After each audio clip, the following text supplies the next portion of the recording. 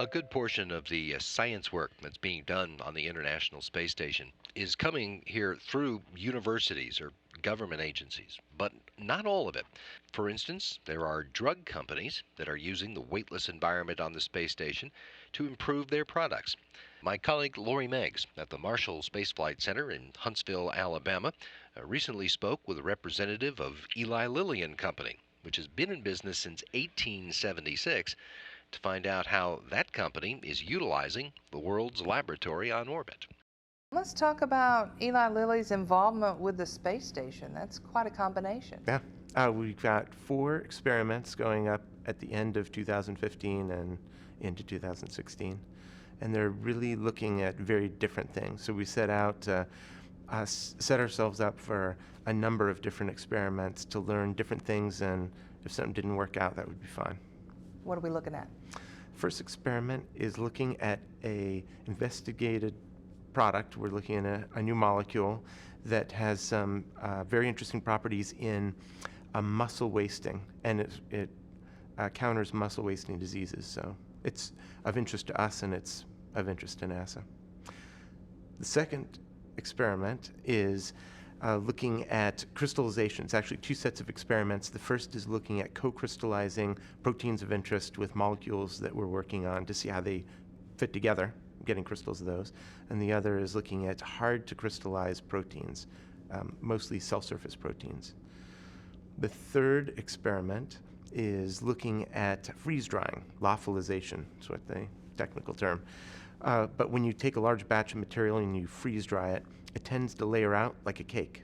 And those different layers represent different forms of the same material, crystals or powders, and that's a bad thing for us because we want everything to be uniform, especially if it's drug product. So we want to understand where that layering is occurring. Is it happening when it freezes, or is it happening when it gets dried? So I'm actually going to make a big batch of material, and we're going to freeze dry some of it on Earth, and then we're going to freeze dry some of it in space, and then we're going to freeze some of it on Earth and dry it in space, and freeze some of it in space and dry it on Earth. And logistically, that is the most difficult one, because the last experiment where we freeze it in space and then drop it out of orbit and then bring it back, we have to have a facility nearby that we can drive it to and dry it in while it's still frozen. Wow. So that's going to happen in San Diego, one of our sites in San Diego. And then the last experiment, which was supposedly the easiest one to execute, we thought, the simplest, is a mixing experiment. We're taking a liquid, a solid, and a gas, and we're mixing them together. When we take a mixture of material like that on Earth, we can watch how it dissolves, and there tends to be an issue associated with how much material floats. That has an impact on how well it dissolves or how fast it dissolves. And that's called the float effect, and we're trying to counter that by putting it in an environment where there is no float and see what the impact is. That experiment we thought would be the easiest, just mixing up a bunch of stuff, but it is technically extremely challenging. How do you measure it? How do you get the liquid in there once everything else is in there? How do you mix it consistently? Space isn't easy, is it? Space is not easy, no. They're all designed to have some impact or lead to better understanding for us and how we do some of the things that are basic, fundamental things that we do in our labs. At the same time, some of them are more specific to certain situations, but again, they're built to teach us something about what we think we know.